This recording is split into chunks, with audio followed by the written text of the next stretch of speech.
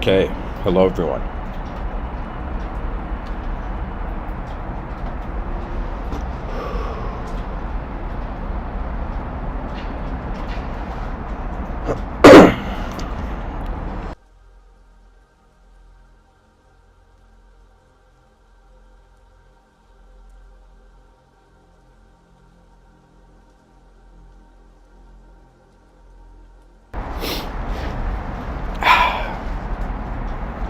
Today's episode, or this evening's episode, may include coughing noises and also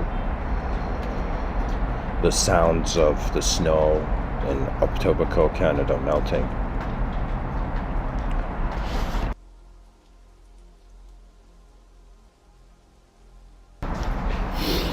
I sat down tonight wondering about what to speak about, and I thought about collective issues, individual issues, ultimately concerned about the efforts of the human species. I thought of tackling a collective issue.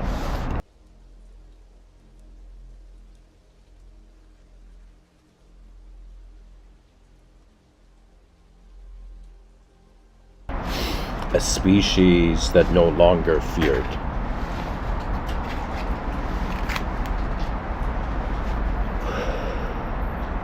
My approach follows this idea that if an individual human being can experience a moment of fear, but can also experience a moment of fearlessness, then the idea can be projected onto the species, where we think about the species can fear, and at the same time the species can be fearless if an individual human being can. Now, to try to even fathom what a species would look like that no longer fears, that's the challenge of this episode. But at the same time,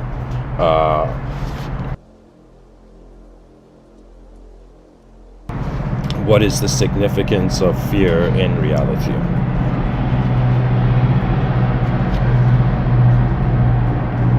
And ultimately, what would a fearless species look like?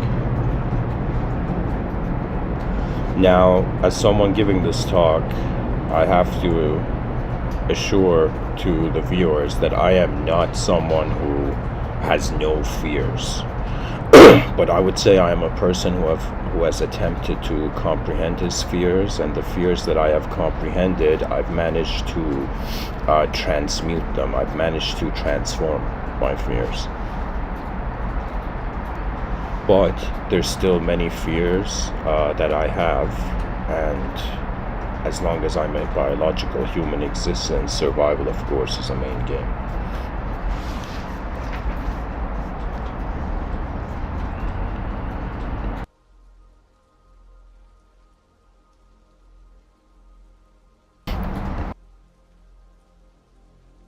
Because I'm someone who, if you've heard these talks of mine before, I'm someone who is looking at life and considering that there is an inner world and outer world. The unique way I speak about it, I have termed this Mr.Within's inner and outer realms. But really what the approach is that consciousness is accessing a world, and its relationship in the world is starting dualistic. I think about in how many types of contexts can fear exist, and in my own school of thought, I have this view that there's 4 quadrants, 4 quarters to this world. Think of it this way, I'm seeing 4 dimensions. And out of these 4 dimensions, one out of these 4 dimensions, fear can exist. In the other dimensions, the fear is not conceptual. It doesn't exist to anyone. Or the approach and response is there.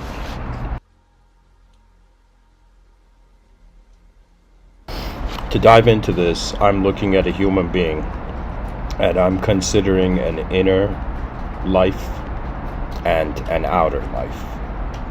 When I think about what fear is, there's this basic urge in the human creature to continue. Nobody can doubt this. Nobody can really criticize this idea simply because we've all been continuing on in the space-time continuum.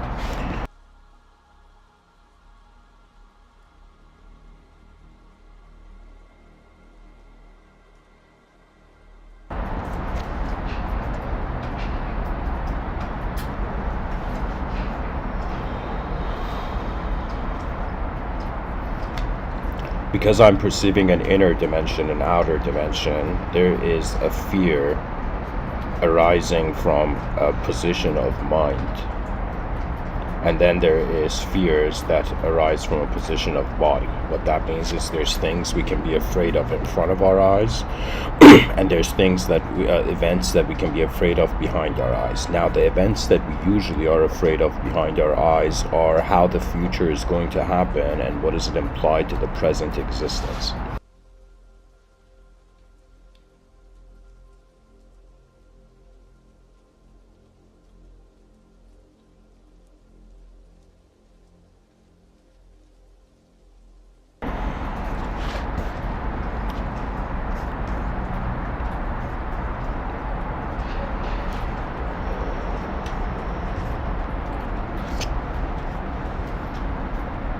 Think of it this way: I'm looking at the human being, dividing it up into dimensions, then wondering about how fear is of a value in those dimensions. When I think about my biological existence, when I think about my outer existence in contrast to my inner experience,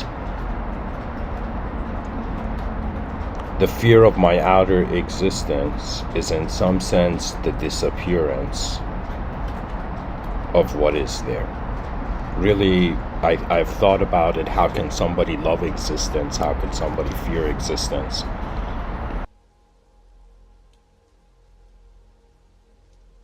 And really, it's the fear of what will happen to existence. So right now, I am existing,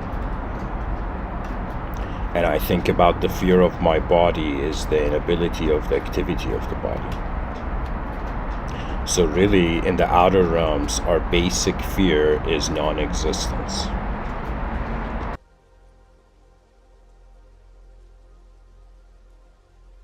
But I find in the inner realms, the fear is different. That means the fear I have of what will happen to the body is different than the fear I have of what will happen to the mind.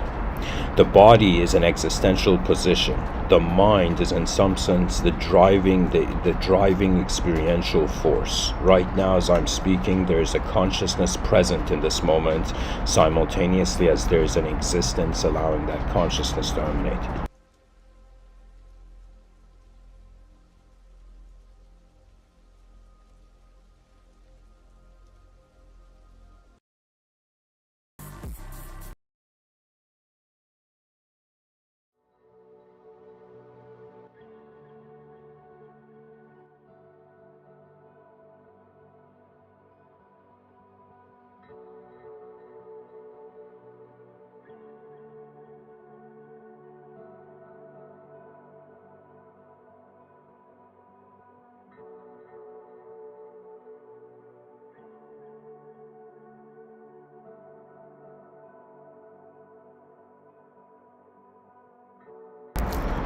The human mind has an ability to fear anything. There's an ancient Vedic saying where they say that if you see the rope as a snake, it's as if you are in a sort of self-simulated fear. So there's fear simulated based in accordance to our inner life is happening. And then there's an actual fear of the outer life.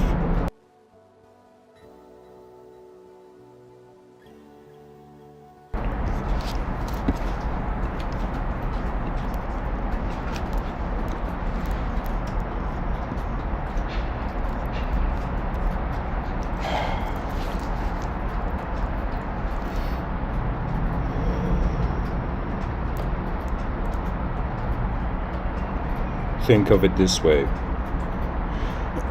that to have a species that is fearless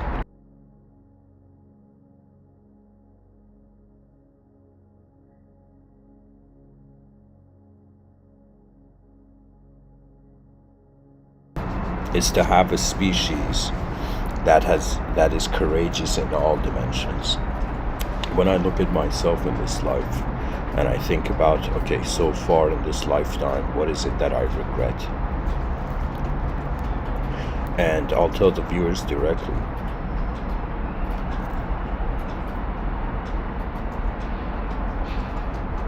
One thing that I regret is the fear of trusting the moment to exist in it.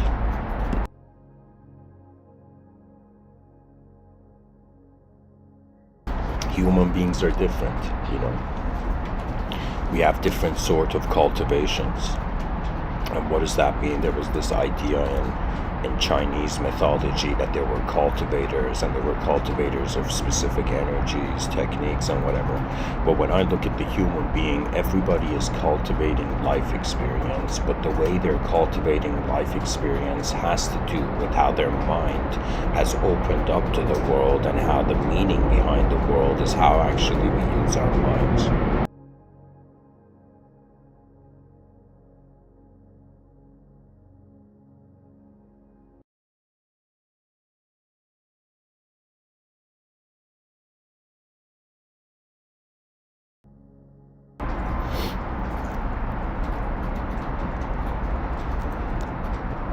You know, when it has come to visible reality, I've had many fears. But when it has come to invisible reality, something that has empowered me to wonder about the mysteries of human intelligence, to wonder about the mysteries of how intelligence is active and happening in the realm, has been the simple idea that I don't know. You know, it's like a sort of what-if mentality, but the what-if mentality becomes more convincing, right? It's like a person who's like, okay, the game of human life seems to be that you're this energetic being and you have energy for a certain lifespan. Let's give it 100 years. And then the idea of the human experience or human intelligence is how does this human being perform in a world? How does a human being go about their temporary performance, right? It's as if people are looking for meaning, looking for truth, not realizing life is a theatrical performance. You know, it's like matter is acting in accordance to its own abstraction. A lot of fear does have to do with abstraction. That's why I'm saying there's an inner realm fear and there's an outer realm fear. And based on a person's conditioning, these have different values. And of course, this argument can be made that a person doesn't know real fear unless the experience comes, right? Like they go through some intensity. Like somebody about to jump from an airplane in skydiving is experiencing a level of fear somebody just visualizing themselves jumping from a plane doesn't have, right? So there's a lot of fear has to do with the intensity of how the experience is moving in the moment of existence.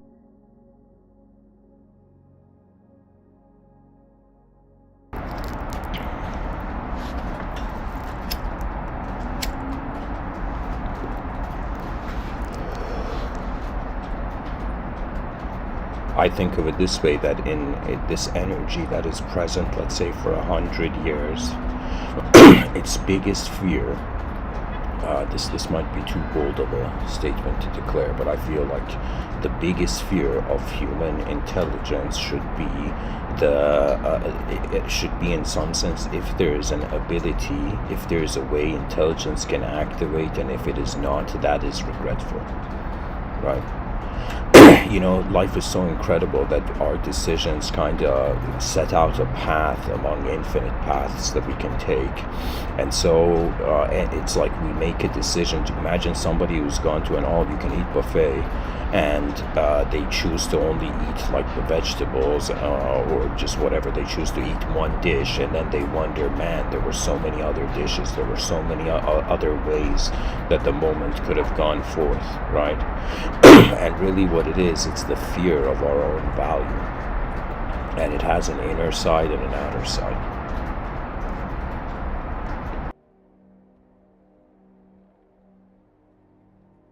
There was a time in my own metaphysical inquiry of reality, I was wondering, what if the game is designed to not be solved? What if reality is a trick question? You know? What if the whole point of the free will is to realize there's something beyond our free will? It's literally a biochemical machine that is simulating upon itself characterhood in accordance to a story. And then it's really the potential of the activation, you know? You know, it's like the mind has an ability to jump ahead. And the more intellectually the individual is capable, the more probabilities and dimensions and fragments to the moment, or angles they see to the moment.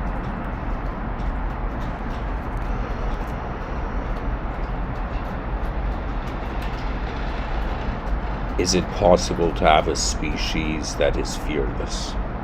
If that question arose, it would on some level be impossible, because it is our fear that is creating value. Right now, it is the nature of me being a temporary being, where I'm like, okay, out of all the things I can do is I can serve the body of the species, or I can serve the mind of the species, you know?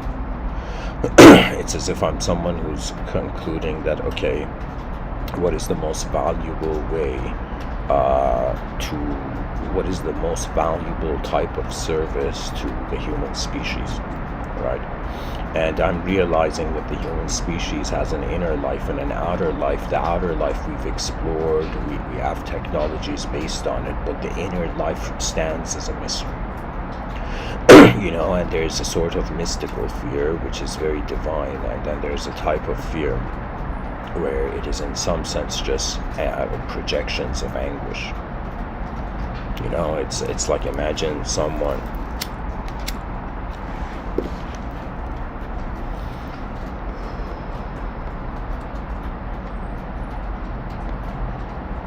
imagine if there was a meteor about to hit Earth, like what sort of fear would that create in our minds? And then, in some sense, what if there was a sort of inner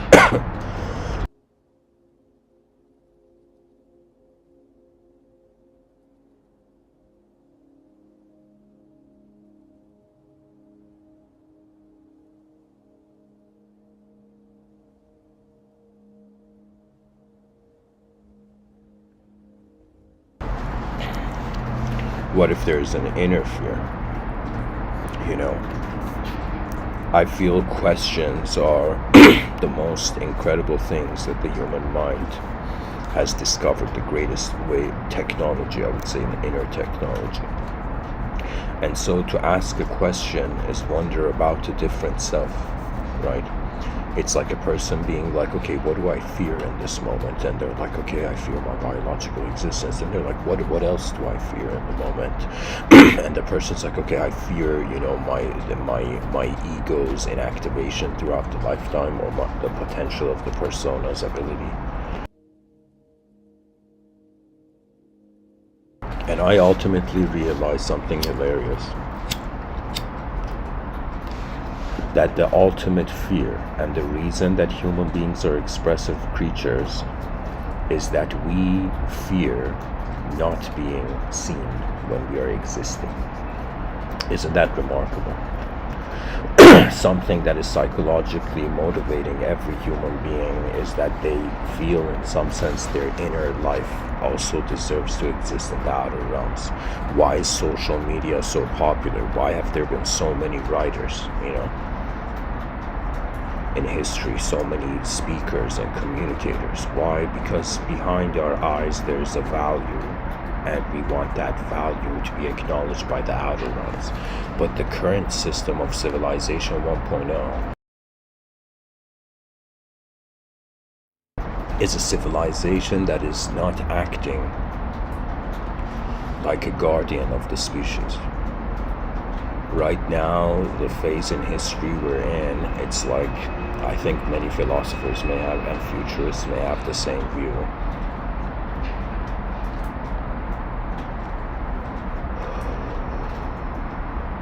but it's this idea that we can envision different ways of human activity.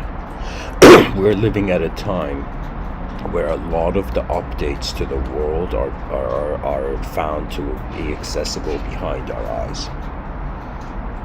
Life is so incredible as a multidimensional being. If whoever you are, you choose to consider reality having multiple dimensions, you'll suddenly access a hidden world. I'm telling you.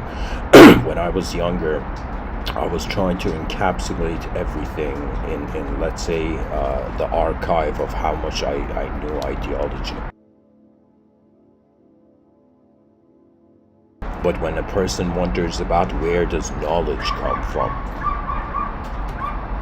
all human knowledge is to assist human intelligence in clarifying its experience. All of knowledge is the purpose of knowledge is to give a confidence to the species to continue. To be a human being is like to be a traveler in an unknown world, but you are capable at first, and then you realize that there's certain things that never belong to you. This is very important in mysticism because the ego tries to possess everything and center it around the ideology of self. It's like Galileo went to the, let's say, the Inquisition at the time and was like, yo guys, I found the 4 moons of Jupiter, Earth is spinning around the sun, you know, and people were like, yo, who is this guy? Who let this guy in the church? You know, the Earth is the center of the universe and it's God's creation, you know. And so Galileo had accessed, as an individual human being, a different inner approach to the outer life. But that inner approach was not acknowledged. And the ending of Galileo, like what happens to Galileo, is slightly tragic, you know. One of my uncles said this incredible, hilarious story, I remember. And he said that there was a time, what do you call it? He said he said this kind of animated story about Galileo back in the day stepping out of court as an old man with a cane. And the court had assured him that Earth is the center of the world, you know. The sun is orbiting around the Earth. And Galileo just comes out of the courthouse or whatever, and he just taps his cane to the right on the ground outside of the courthouse and says, I know you're round. I know you're, you know, spinning around the sun, you know. What I'm trying to say is that Galileo came and updated the psychology of the human species by suggesting a different way the whole system can be structured. Now, when it comes to our individual minds interacting with an outer realm, it's like 8 billion private minds and 1 physical outer realm. We're like 8 billion, you know, it's like an MMO. We're 8 billion video game players inside 1 elemental map. Instead of pixels, reality is made of elements and it's a 3-dimensional game. Now, in some sense, what I'm trying to say is that the human being's first relationship with knowledge is how their own mind is holding the world. So what that means is that the ego is acting like the earth, the sun is spinning around the earth, right?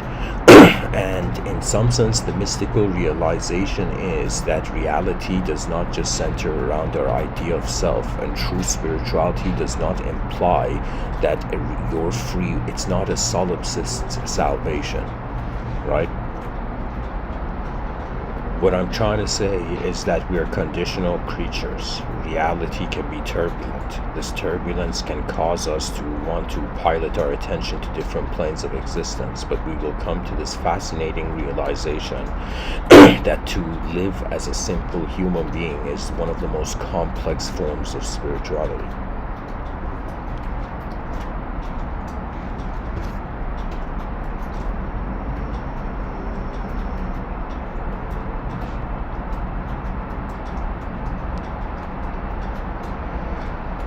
You know, I could have even written the title A Species That No Longer Feared Itself. Or feared what it could be.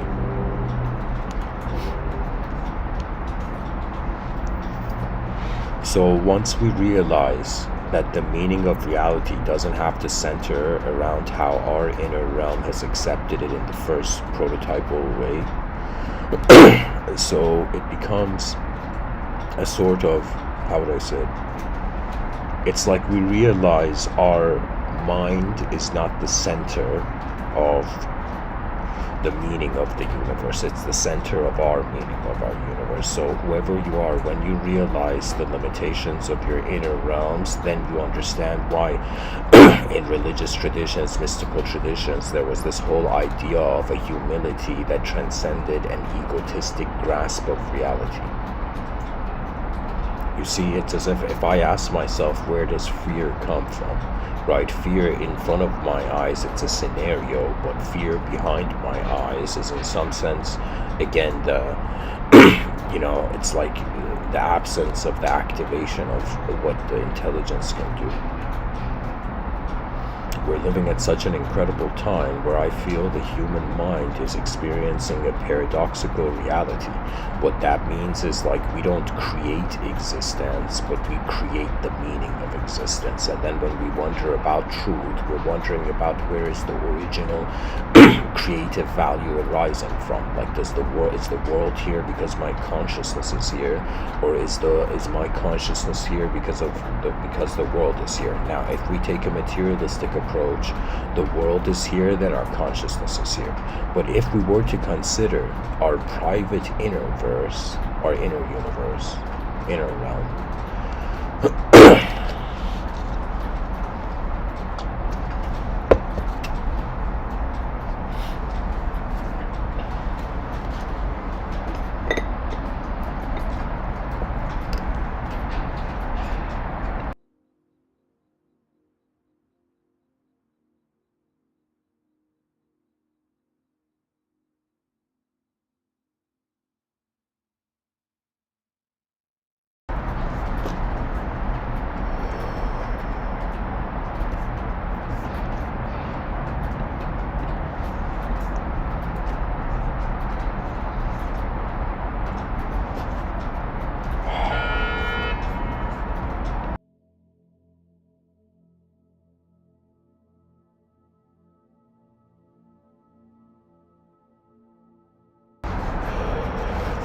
it's kind of like fear on some level appears to be an incomplete simulation of reality, and truth seems to be something that is complete. That means right now, if I consider myself as an intelligent being, I'm like, okay, there's a biological existential body in the moment. My mind appears as a spherical awareness where the body is found in. And at the same time, anytime I speak, vocalize, or animate, I am connecting that to the idea of the person that I'm considering the moment to be. So when it comes to the persona has its limitations. Our brains are not accessing all the information in the cosmos and then making a decision. Our brains are accessing limited versions of reality, and then we use like a limited abstract version of reality to refunction or readjust our actions in the actual physical reality.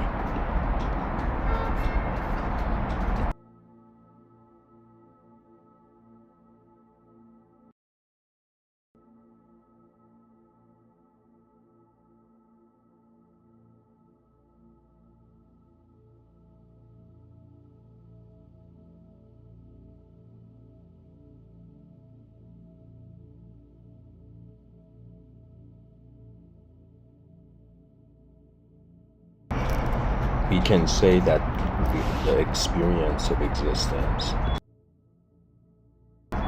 divides simultaneously between known variables and unknown variables. What does that mean? That means the human ego, the identity, is like, it's like our mind is trying to systemize, it's trying to see the world as a system. and parts of it that it can identify and has a familiarity to in accordance to memory. Those are known variables. That means stuff that's happening in the moment that we can ascribe a value to, and then there's unknown variable stuff that's happening that we can't ascribe a value. For example, we can ascribe a value to what is in consciousness, but we can't ascribe a value to consciousness. Really, a huge fear is the unknown. And I'll say this to the viewers. My strategy to how I'm a temporary mortal being is that I am trying to acquaint myself with how the unknown, how reality is present in unknown ways before I transition out of this existence and my attention is in the unknown again. You know, it's really poetic. It's like from the unknown has arose a known creature. That means in unknown ways, a known world and a known self arose. And I feel human consciousness, in contrast to other species, is privileged with the opportunity to notice the unknown. You know? That means it's like this planet is a space and there's many different kinds of beings in this space. Now, if you're someone who entertains metaphysics, you're acknowledging that space can be intelligent prior to matter.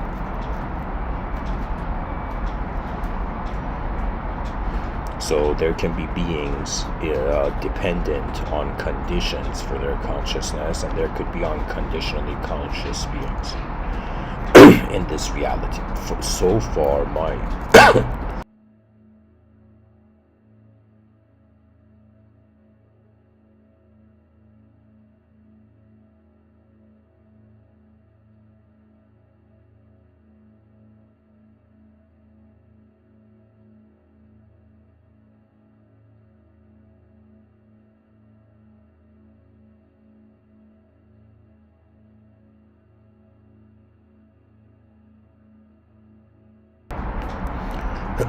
excuse me.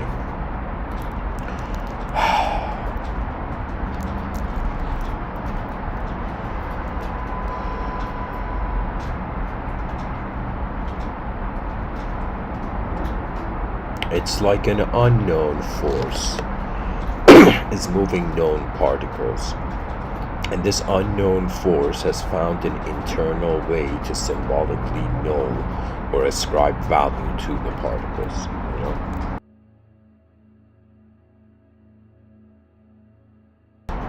You know, I thought about it, why does human psychology have fear? And if you think about it from the context of the future, it's like, imagine, I don't know, let's say tomorrow, like, I don't know, let's say hundreds of different extraterrestrial species landed on Earth, you know?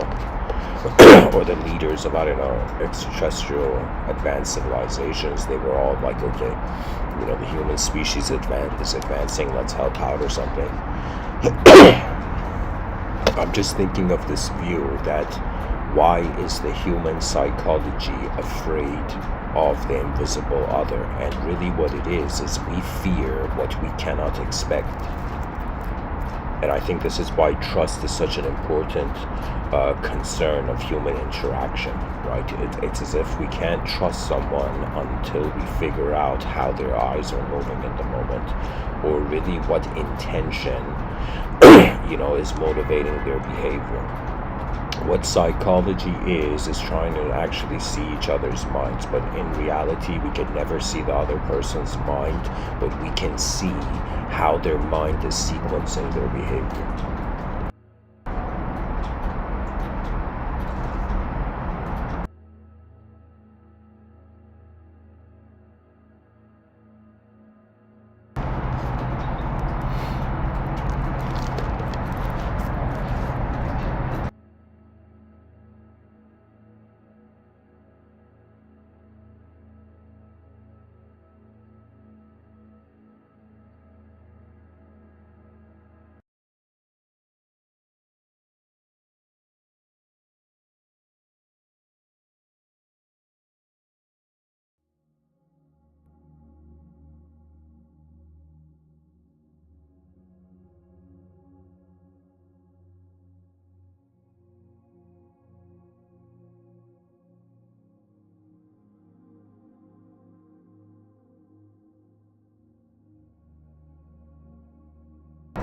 Really, what human knowledge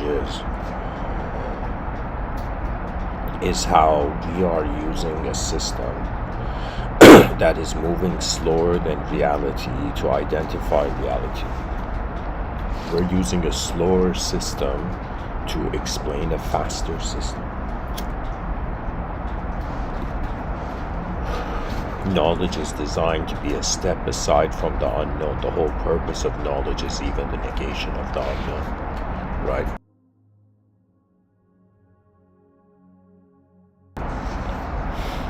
And it's very difficult to talk about fearlessness when a person still experiences fear.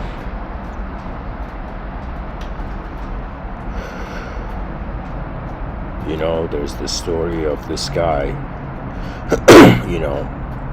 this person who goes into a room and sees like there's a rope kind of in a room, made in a circular way. The rope is on the ground, and this guy who's afraid of snakes walks into the room, sees the rope, shouts and says, "A snake!" runs out of the room and slams the door shut. When he slams the door shut, his friends come, right? And one of his friends comes to him and says, "Hey man, what happened? What's the noise, the commotion?" And the friend says, "There's a snake in that room." And the friend's like, "Holy shit, a snake, let me check it out." And the other friend opens the door of the room and sees that it's just a piece of rope on the ground. He comes out and tells his friend, "Yo man, it's a piece of rope, you're tripping for no reason." And the friend's like, "No, I know what I saw, it's a snake, that's 100% a snake." And the friend's like, "No, it's not a snake," right? And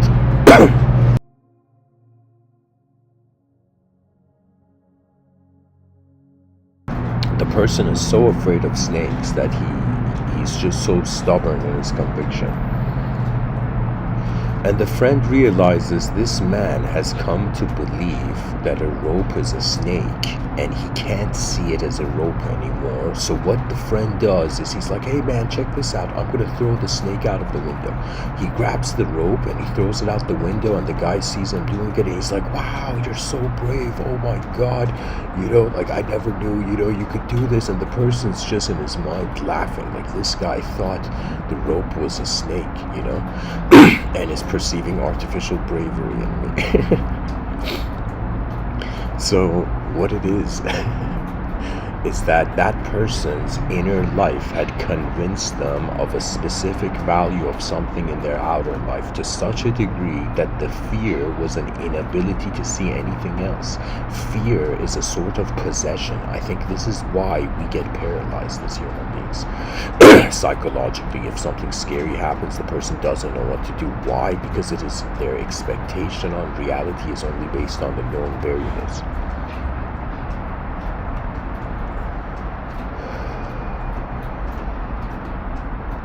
I personally have a smoking habit, and there was a time where, a person couldn't smoke in Canada outdoors.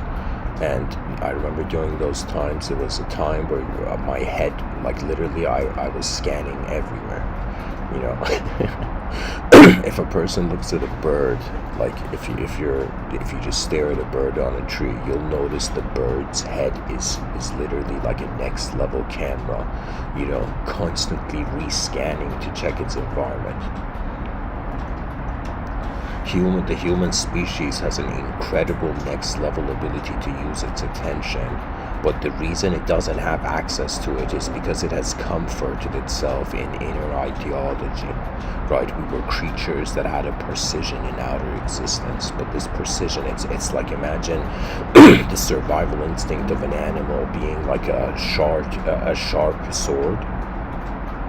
And this sharp sword of our animal instincts, and let's say the attention of the creature and the human that was living in the jungles or whatever, right?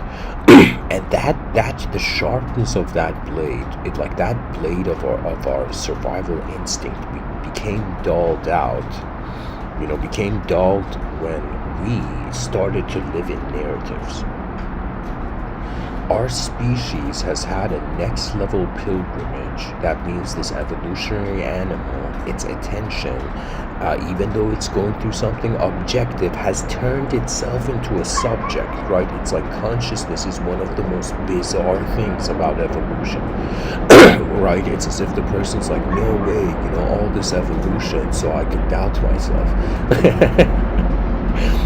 It's like 4.5 billion years of evolution, so the person can look at the world and be like, I'm afraid.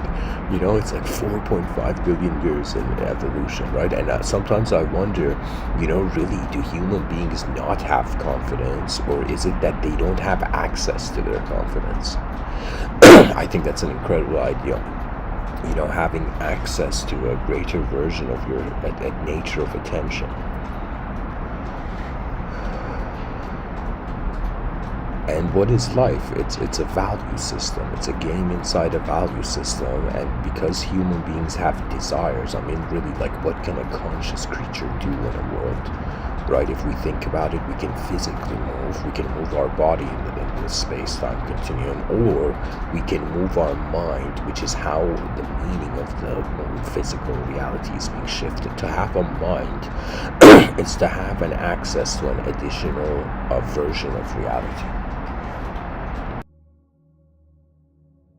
And let's say there is fear. Let's say there's a situation where we're like, it's impossible to get rid of fear, because we don't know what's going to happen in the future. At least the human being could have some strategy.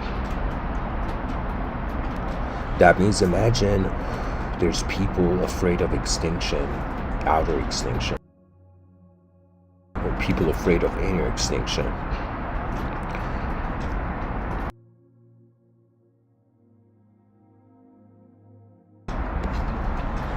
And inner extinction is pretty much a phase in human history which is unnecessary to happen, but it's a phase where when we stop, if the species stops loving itself, when the species becomes incapable of loving what it is, then it will stop being what it is.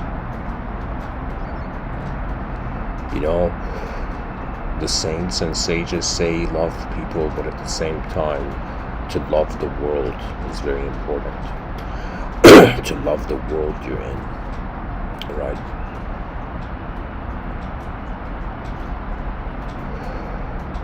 There is fear because we don't know what will happen. So obviously all fears are stemming out of us not knowing what to do if scenarios of a certain type happen.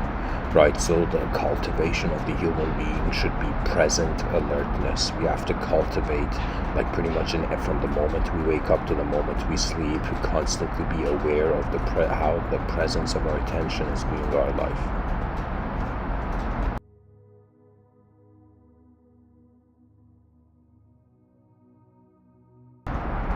And there's so many things a person, doesn't know the value to, right? Something incredible about human life is that our actions create value. I'll never forget it. There was this Japanese anime show called Attack on Titan. In it, there was a character. There was pretty much 3 main characters. And one of these characters was this next level warrior girl. The other one was this kind of like, this angry, fierce kind of, this kid, this boy. And then there was another friend of theirs who was this kid called Armin, who was really smart but was afraid.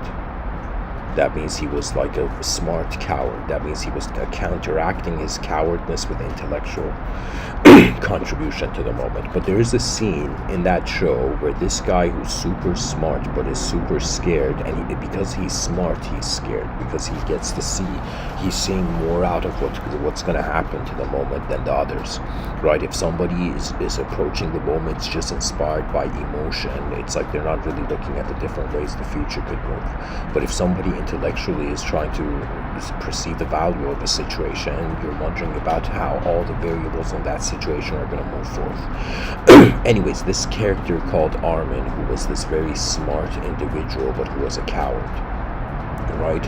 There's a moment in this scene where he suddenly knows exactly what he needs to do. And it's like this very important scene. I think it's in the third season. And so this character,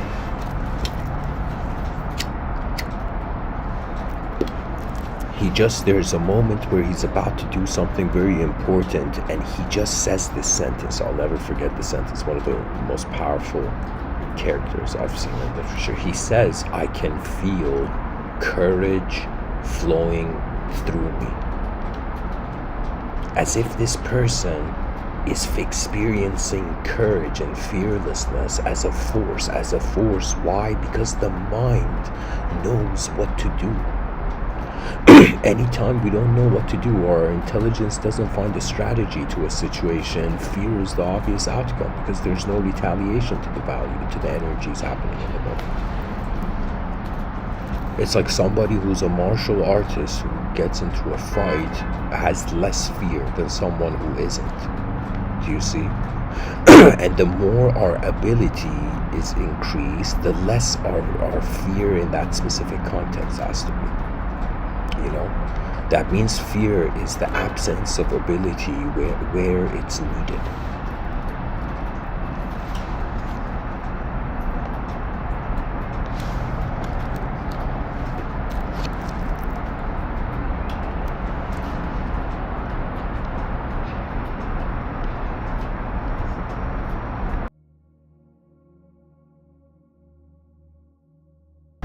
I personally feel not that the complete fear of the species can go away, but if there was a mighty global vision, if every human being, if every member of the species had this great vision that we were all indirectly living for, right?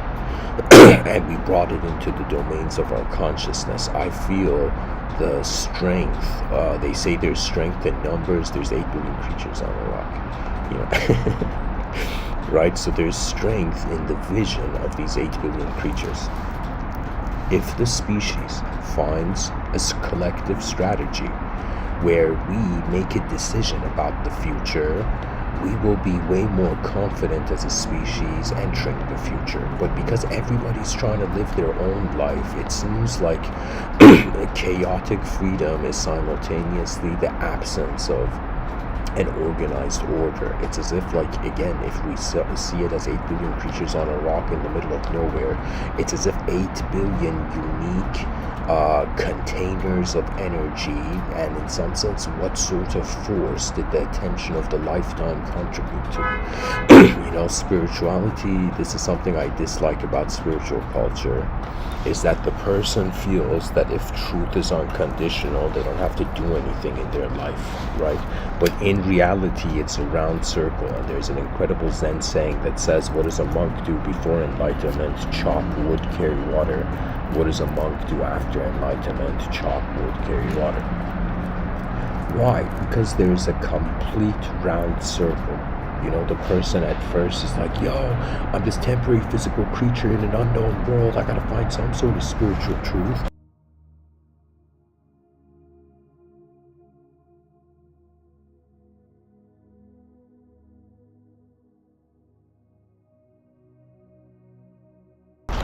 And it's like at first, truth wants to be observed, but in proper mystical rhythms of experience, the person realizes it's not about the truths of the observed, it's about the truths of the observer. True spirituality is an acknowledgement of all dimensions accessible to consciousness.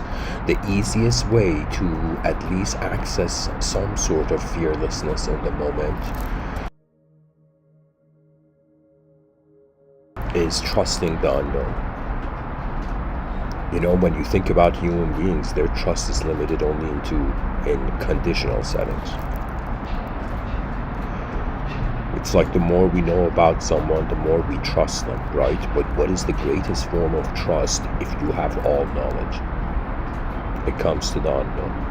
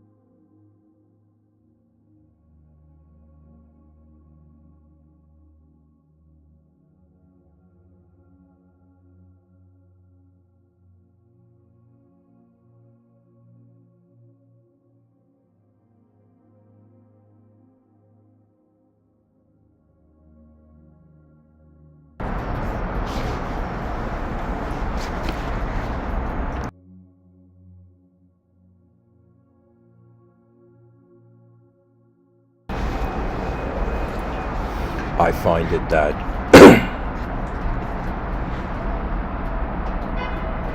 we can, as a species, try to use what we don't know to reapproach from different angles what we fear now. That means, what are the options? There's a concept inside a context, there's a self in the world. Now this, either the self is fearing the world, right? Or the self is fearing itself, right? The self doesn't know if the world is fearing it, you know? So pretty much there's two types of, let's say, psychological fear. Fear of yourself and fear of the world. The fear, this is a good way to actually divide it. So it would be, in some sense, fear of self and world. And then there's a fear of what will happen to your outer self. A fear of what will happen to your inner self. A fear of what will happen to the outer world, and a fear of what will happen to the inner world, right? So these are the basic fears, I would think.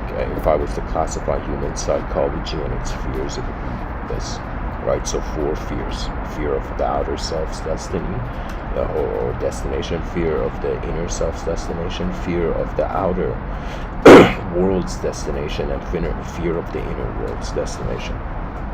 So what does this mean? That means I can fear my body. I can have a fear of just my biological self, but I could also have a fear of my subjective self, as if, like, what's gonna happen to me? You know, am I ever gonna find true love? Like, do you know, am I gonna, you know, just be eyes in space, or was there something more here? Do you know?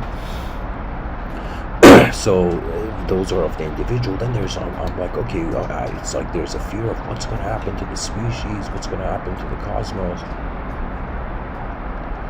You know, what's going to happen to all the value system of my own mind, right? We think our mind is a singular thing. Our mind is actually how the moment is being divided into subjective value. The mind is like light entering a kaleidoscope, you know.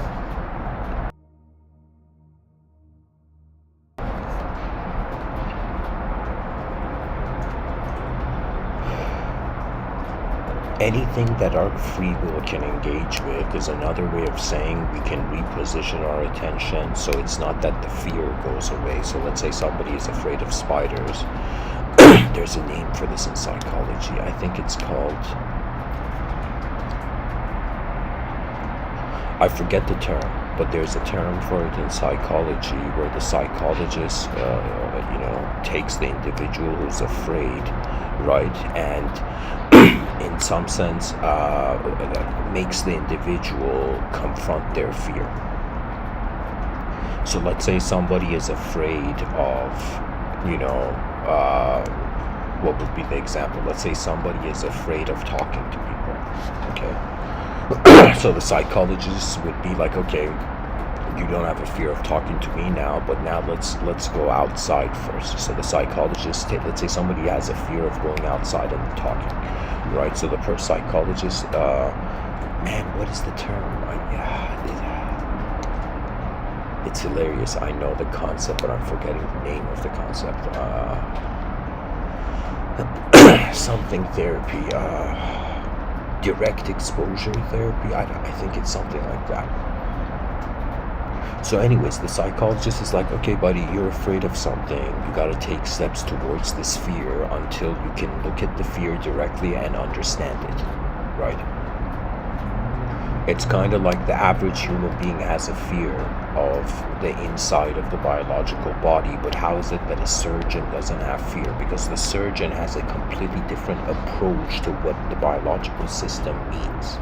You know, is seeing way more complexity into it, right? So I feel a way a species can counteract its fear is trying to accumulate as many angles as possible to looking at something. Imagine somebody who's not afraid of spiders, and somebody who's afraid of spiders, right? It's as if we as outsiders, as observers, are getting the view like, yo, somebody is afraid of a spider, somebody isn't. So how real is the fear of the spider, right?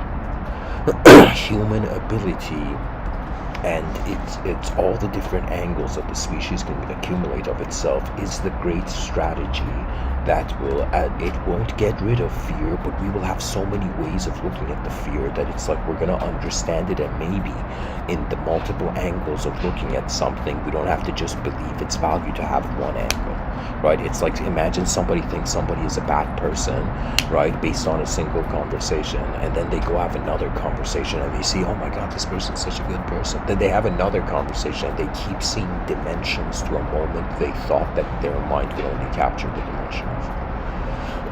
Right? So the idea is for the species to attempt to understand its fear by getting different angles. And in that, I think the term direct exposure therapy, the idea was that the person is that there's like levels of reality before something can be acknowledged. There's it's as if what success seems to be is that it's a journey this whole time. And really it's the quality of the journey. We are all travelers in the world. That's like the healthiest approach. We're all a type of intelligence that is journeying through the space-time continuum, and we're dependent on the world for our existence.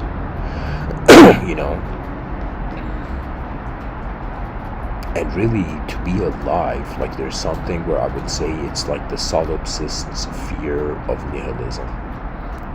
It's like the mind is, if I was to say it, it would be like the mind. Imagine the mind of a human being like, if I don't interact with something else that is moving the moment, I will feel alone in moving the moment.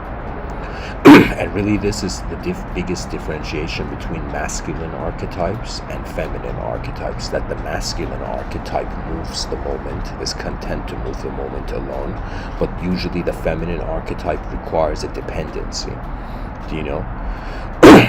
It's kind of like, one psychological state requires safety before activity, the other psychological state understands there's unknown variables to reality. And of course, when I say masculine and feminine, I'm talking about these being energetic ways where the human being expresses. So it has to do with the type of context of self you have, right? Really, the human being is a changing being, Just like one day we can, like if we wanted to base our identity not on our thoughts, on our emotions, like the person could go see an android movie and be like, yo, I feel like an android right now. Or the person can go see a superhero movie and be like, I identify as Superman, right? So if we have to, as a species, have many philosophers and psychologists go into discussions, right? And really, I will say for anybody who's like a famous celebrity in this world and somehow this talk has found you, I'll tell you, you got to build networks, right? That's the whole point. The whole point of a human species and its intelligence is that we're trying to network and build bridges between our inner realms, right? That means really the smartest strategy of the species is to take 8 billion human beings who each have their own view on life and to utilize the significance and value, right? Sometimes I think about the concept of a surveillance state. Sometimes I think it's inevitable, right? But at the same time, I think about it in the sense that the only issue with a collective behavior is if the individuals in that collective trust the moment or if they don't trust it. Any moment a person doesn't trust, they begin to feel like they're being pushed and pulled by life. But any moment you trust, like right now I'm trusting this moment, this is why I find the comfort to speak. Really what confidence is trusting the world you're in. And then the self can behave, the self can express.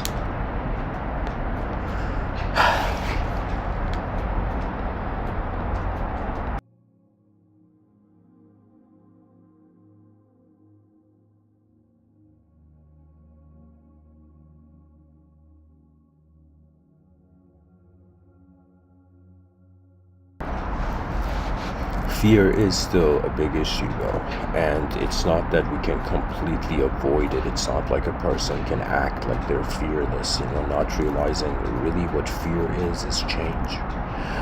They say one of the biggest fears is the fear to change, but everything's been changing. Our body's been changing, our beliefs and ideologies based on our experiences have been shifting. Everything has been changing this whole time, Like I'm not the same person I was yesterday, because after I finished the talk yesterday, I experienced different moments of my own life before I came to give a talk today. It's as if like it's really what knowledge is how attention is moving in space. The more experiential it is, the less ideological it needs to be. So if somebody is seeking this experiential truth, it's like no story can help you, right? No ideological system can be exchanged for that. But if you're looking for just a story to be in, right? Because right now human psychology seems to be that everybody is in some sort of status game in accordance to a hierarchy, where really what levels of a hierarchy means is what sort of quality of a character in a story are you being. Right? Like sometimes when I look at political debates of different countries, of political leaders talking to one another, I kind of get this sense that they're trying to all find the perfect story that the viewers like. It's kind of like a battle of who's the better storyteller. Like that seems to be what politics appears to the viewer as. But on some level, there has to be a discretion realization of, could the smartest strategy entail something beyond how our egoic construct of self has limited what the world has to be.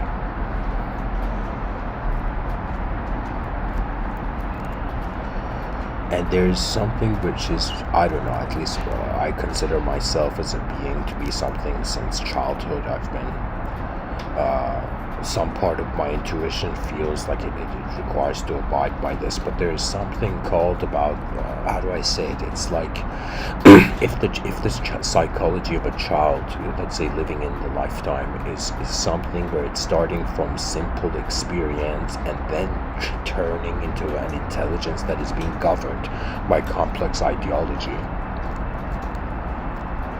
It's as if their part of life is discovering the simplicity of how the space is just being, and also getting acquainted with the complexity of what can be done in this space.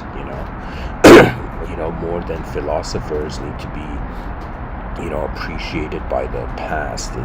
It's like I've shifted my mentality where I'm like, my victory is the victory of the future generations. Because who or what sort of value are we living for? What is the most important value system on earth? This is the main question of knowledge. And the most important value system is an attention that has access to all the value systems. So if imagine again the all-you-can-eat buffet metaphor, right? So imagine in the lifetime the person's like, man, I gotta choose to only eat the vegetables or only eat that dish, right? But imagine in an advanced civilization, the human being will realize that if the brain has been going to sleep, waking up, re-simulating the day, going to sleep, waking up, re-simulating. So it's another way of saying in every moment of our life, our intelligence has an ability to move the free will differently. To be a multidimensional being means to be aware of multiple dimensions. If we are thinking we are a self in a world, then it has to do with all the dimensions of that self.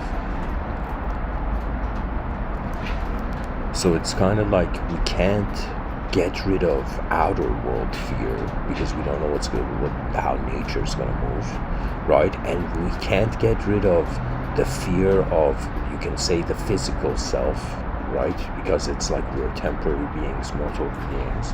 But we can get rid of the inner fear and the outer fear. It could be something where it's like the Zen approach where these are called like Zen tea ceremonies, right?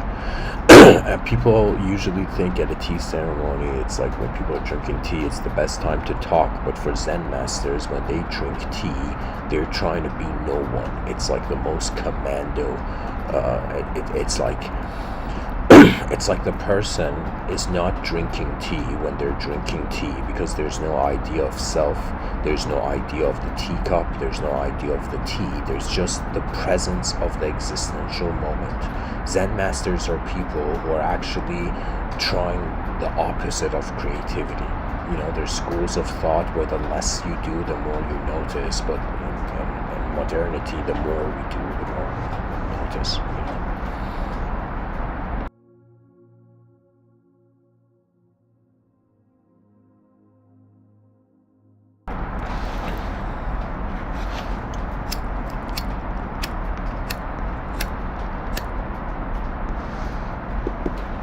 Because really something that in Zen Buddhism I think they missed is that the concept of enlightenment doesn't exist. And that's the enlightenment. The enlightenment is really the recognition of how the light in your eyes is being used simultaneously as there's an existential value. It's kind of like the less I do make any decisions, the more the moment is defining me. But when I make a decision in the moment, I shift the meaning of the moment, the value of the meaning of the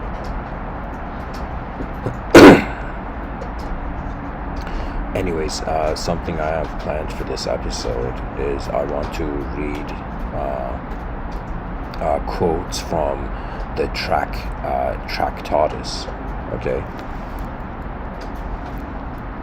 The Tractatus. And so what is this? This is a book.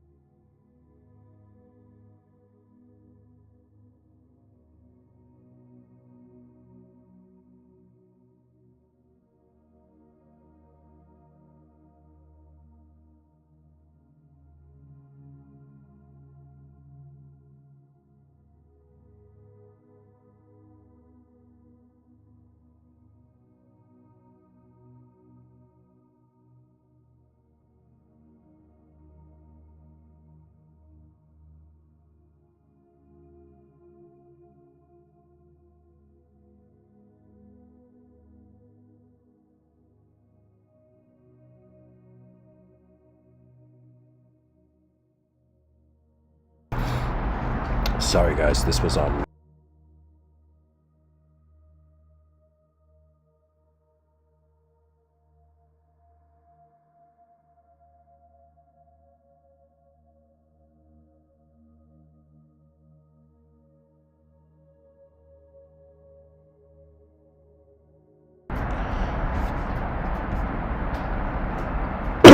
Okay. Guys, I think the mute button is tripping on this app.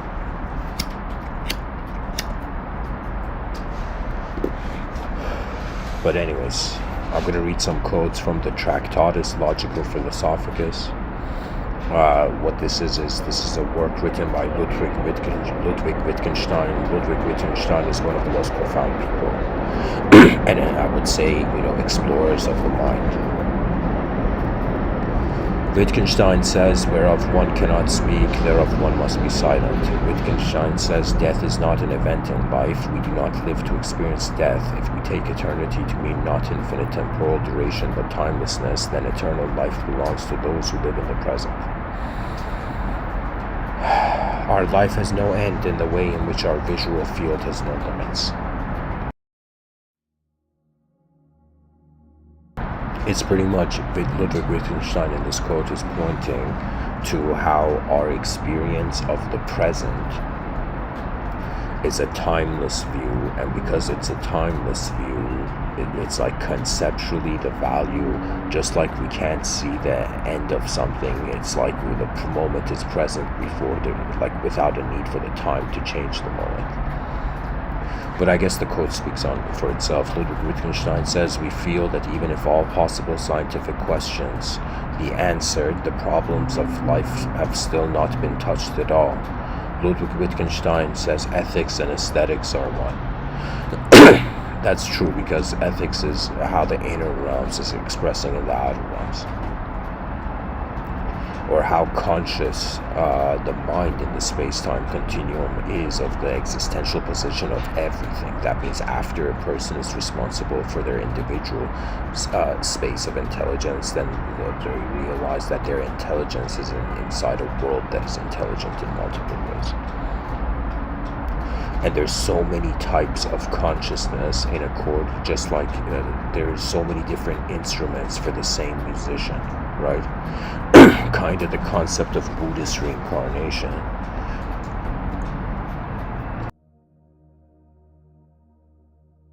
Is similar to a musician playing an instrument for one lifetime, then putting aside that instrument, playing another instrument, and eventually becoming the conductor of a symphony of multiple dimensions.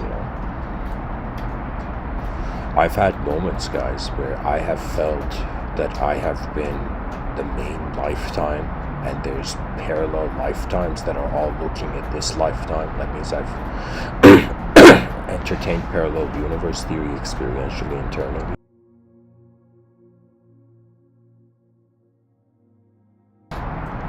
And I can say this, that there's been times where I have felt this lifetime of mine is the most important life. And there's moments where I have felt this lifetime is like a leaf on a tree where there's so many different leaves, there's so many ways that reality is being simulated in the single presence of space. In the singular nature of how the world appears as an event. Anyways, to keep going with the quote tunnel, Ludwig Wittgenstein says language disguises thought. Ludwig Wittgenstein says for an answer which cannot be expressed, the question too cannot be expressed. The riddle does not exist. If a question can be put at all, then it can also be answered.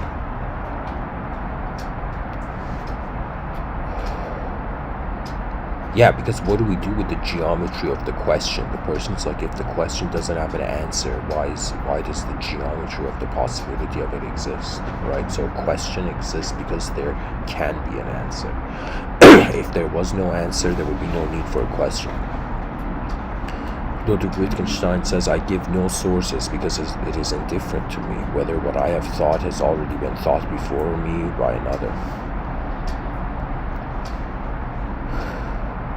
Ludwig Wittgenstein says language disguises the thought, so that from the external form of the clothes one cannot infer the form of the thought they clothe, because the external form of the clothes is constructed with quite another object than to let the form of the body be recognized. So this idea that language disguises the thought, so this is very obvious. Right, the thought could be a thought of like an apple, and then the concept of an apple is disguising the image of the apple internally. Then Wittgenstein says, so that from the external form of the clothes one cannot infer the form of the thought they clothe. Yeah, he's just saying, just like your clothes isn't your body, right? Just because, there's language, it doesn't mean we can comprehend the thought exactly. It's like, where the language we use to consider the value of a thought, which is an inner event, is not enough. It's like the clothing is not the person, the language is not the essence of the experiential essence of the thought. And then Wittgenstein says, because the external form of the clothes is constructed with quite another object than to let the form of the body be recognized. Yeah, it's a different That means there's a different texture to how we look at an object, and letters and symbols like languages become is it, and then what it actually internally is, right? Wittgenstein says, "Wo wenn man nicht sprechen kann," it's German.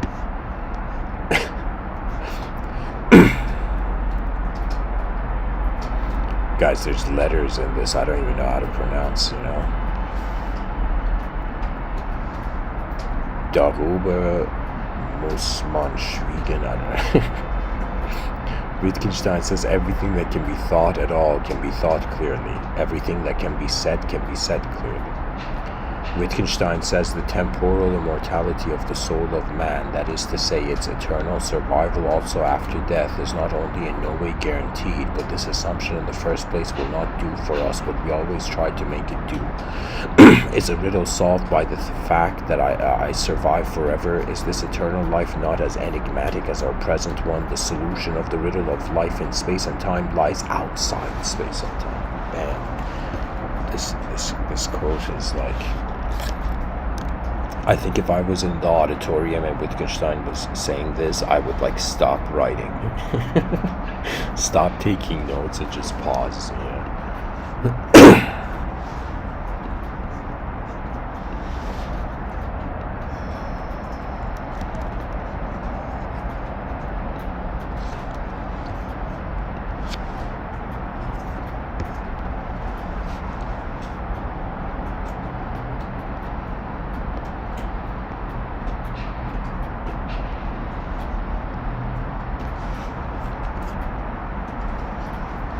We're alive once. To not want to know what is going on is unnecessary. The species has to care for its real lives. An advanced civilization requires an advanced humanity.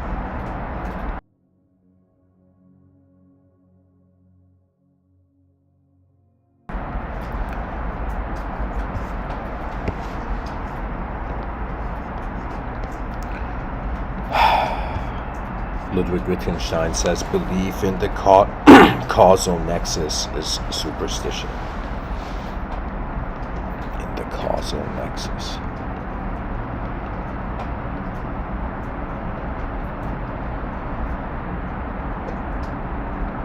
Okay, a series. Belief in the causal nexus is superstition. That means believing in an infinite regression.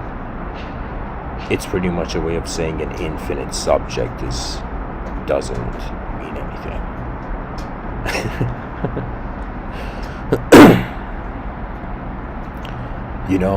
This could be an observation on the nature of mind more than on an observation on the nature of physical reality.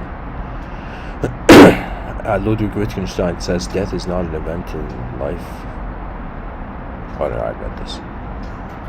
Ludwig Wittgenstein in the Tractatus says the object of philosophy is the logical clarification of thoughts. Philosophy is not a theory but an activity. A philosophical work consists essentially of elucidations. The result of philosophy is not a number of philosophical propositions, but to make propositions clear. Philosophy should make clear and delimit sharply the thoughts which otherwise are, as it were, opaque and blurred. Yeah, philosophy is a way of wondering how language has turned into reality for the human being. Wittgenstein says a tautology's truth is certain, a proposition's possible, a contradiction's impossible. Wittgenstein says in the world everything is as it is and happens as it does happen. In it there is no value, and if there were, it would be of no value. Ludwig Wittgenstein says most of the propositions and questions to be found in philosophical works are not false but nonsensical. Ludwig Wittgenstein says there can never be surprises in logic. Ludwig Wittgenstein says it is not humanly possible to gather immediately from it what the logic of language is. Language disguises thought. Ludwig Wittgenstein says the limits of my language mean the limits of my world. Logic fills the world. The limits of the world are also its limits. We cannot therefore say in logic this and this there is in the world that there is not. This and this there is in the world that there is not. For that would apparently presuppose that we exclude certain possibilities, and this cannot be the case, since otherwise logic must get outside the limits of the world. That is, if it could consider these limits from the other side also. What we cannot think, that we cannot think. We cannot therefore say what we cannot think. Yeah. It's like I see what he's saying here. I think what he's saying is that if we can't conceive it, we can't know what types of conception there is. There could be.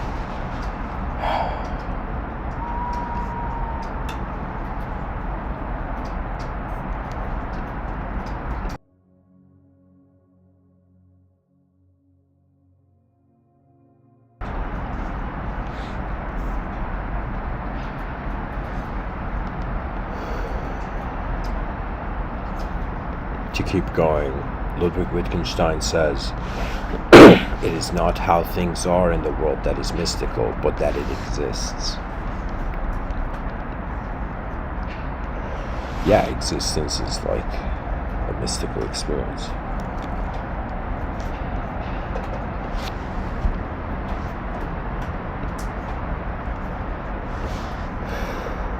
Ludwig Wittgenstein says our life is endless in the way that our visual field is without limit. I get that. Roughly speaking, to say of two things that they are identical is nonsense, and to say of one thing that it is identical with itself is to say nothing. Ludwig Wittgenstein says, roughly speaking, objects are colorless. Conceptually, I could see that the concept of the color is not the good color.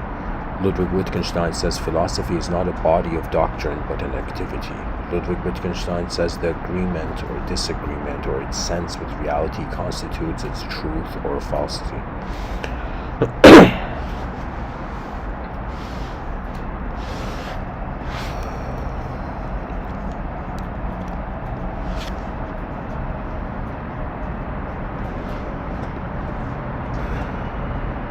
Ludwig Wittgenstein says a logical picture of facts is a thought.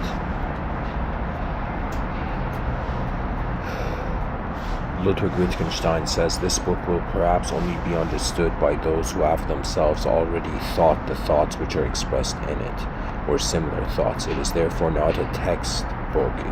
Its object would be attained if it is afforded pleasure to one who read it with understanding. Yeah, I mean,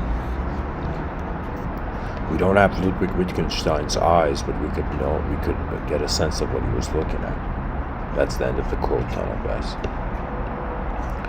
There's 4 more pages of this, but I can't. So what I'm trying to say is, like, what can we do in the face of any fear, right? What can the species do? We can choose to be like, okay, there's consciousness present in the moment. This consciousness has an ability due to its memory to engage with the moment. So really, our decision making in life is kind of based on what sort of imagery from the past we want to affect the context of the present. And how do we want to be an expression in the future? You know, the species suffers if it tries to live like the past. The species also suffers if it lives in the present and only the past is found in the present, right? But only when the person can become fascinated with their future, with the future, with this idea that we're not just what we have been, we're not just what we are what we can be. To be a human being is to perform on a cosmic stage. Your lifetime is like your performance, and really a person's poetically, like the style of one's soul is how their attention moves their eyes, you know.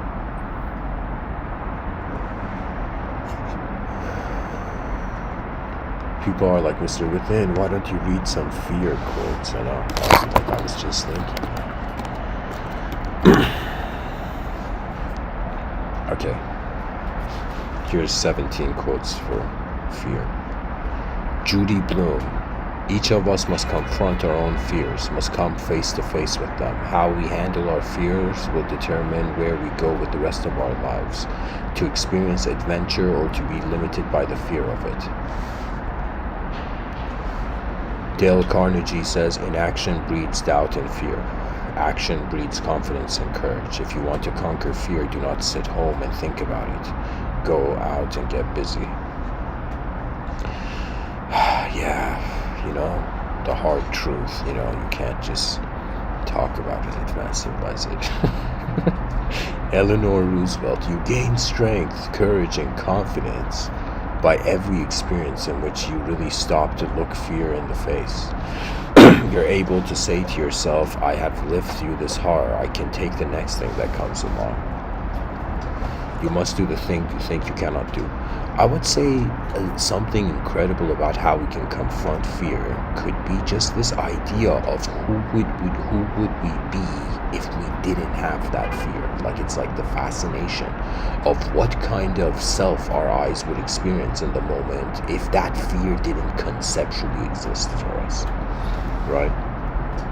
Imagine in some parallel universe of Earth or some civilization similar to Earth, like the creatures don't have a concept of fear. They're like, how are you guys not afraid? They're like, we don't even know what that means, man. You know, it's just geometrical movement in space. Yeah. Yoda from Star Wars says fear is the path of the dark side. Fear leads to anger, anger leads to hate, hate leads to suffering. Yeah, you know, it's like Buddha also said something similar, you know. I think one of the fictional reincarnations of Buddha is Yoda.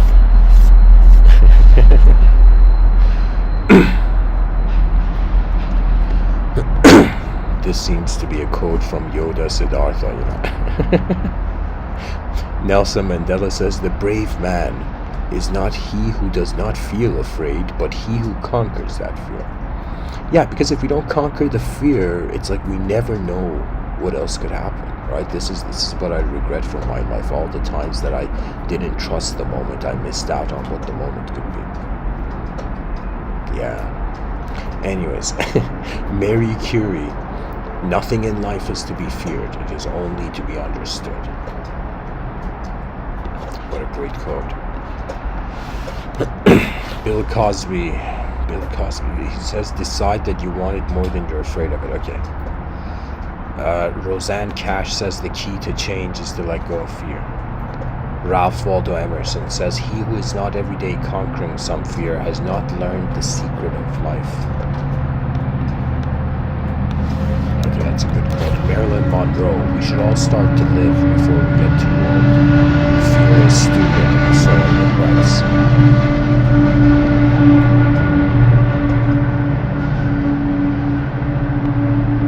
You Now I know, what people mean when they say Marilyn Monroe is an angel. Thich Nhat Hanh says fear keeps us focused on the past or worried about the future. If we can acknowledge our fear, we can realize that right now we're okay. Right now, today, we're still alive, and our bodies are working marvelously. Our eyes can still see the beautiful sky. Our ears can still hear the voices of our loved ones.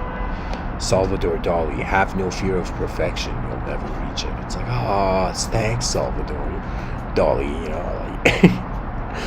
the person's like, I was trying to be the most perfect person, but it's like, we shouldn't fear, perfection, because it's like these are just states of experience. What life is meeting yourself for the first time, right? That's the cool thing about it. This is why consciousness is designed in a way where it cannot be alone, because it's observing itself experientially. Louis May Alcott says, I'm not afraid of storms, for I'm learning how to sail my ship. Helen Keller says, avoiding danger is no safer in the long run than outright exposure. The fearful are caught as often as the bold. Henry Ford says, one of the greatest discoveries a man makes, one of his greatest surprises, is to find he can do what he was afraid he couldn't do.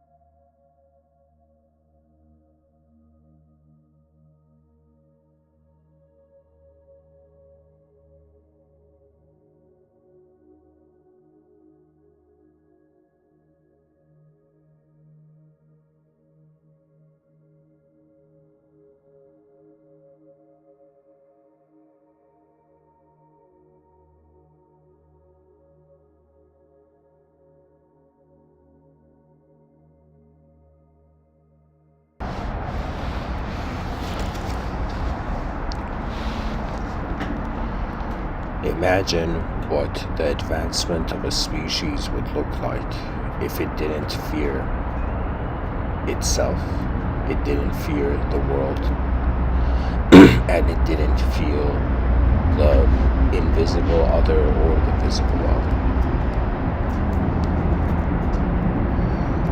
Advancement means to advance in all dimensions that our intelligence has access to. Advancement means the confrontation of the true nature of something. That means in advanced civilization, it doesn't matter what story the human species is saying to itself, the potential of the advanced civilization exists for the potential of any story in the world. To be conscious of the greatness of the destiny of humanity, of human destiny,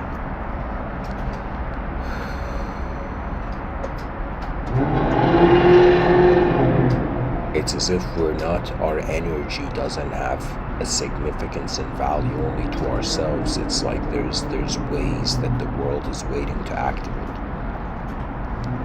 The species has to build schools of advanced communication everywhere. Human beings have to, in some sense, expand each other's philosophical horizons through the poetry of intellectual conversations and battles, right?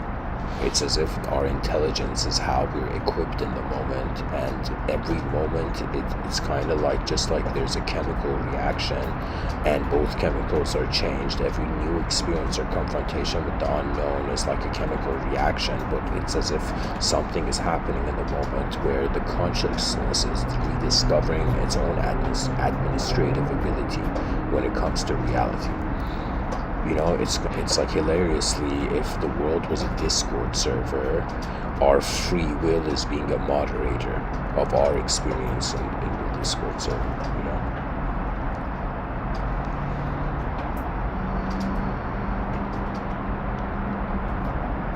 Or theologically, God would be the administrator, you know.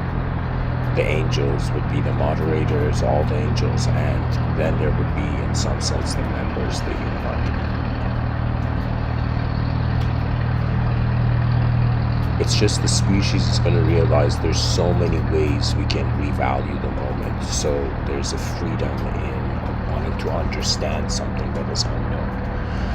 You know, the value of life is to discover the unknown. Why are millions of people reading news on their apps? They want to know what events take place in existence. That could be processed experientially, consciously. So anyways, guys, thanks for listening. I hope this episode was helpful, and in really what we're doing here on this planet is to realize the greatness of the individual, but the greatness of the individual cannot be known unless we have the greatest individual in the greatest world. So after we have, let's say, self-enlightening victories, there's a collective enlightenment victory, which has to do with the activation of the most advanced state of being while we're being it.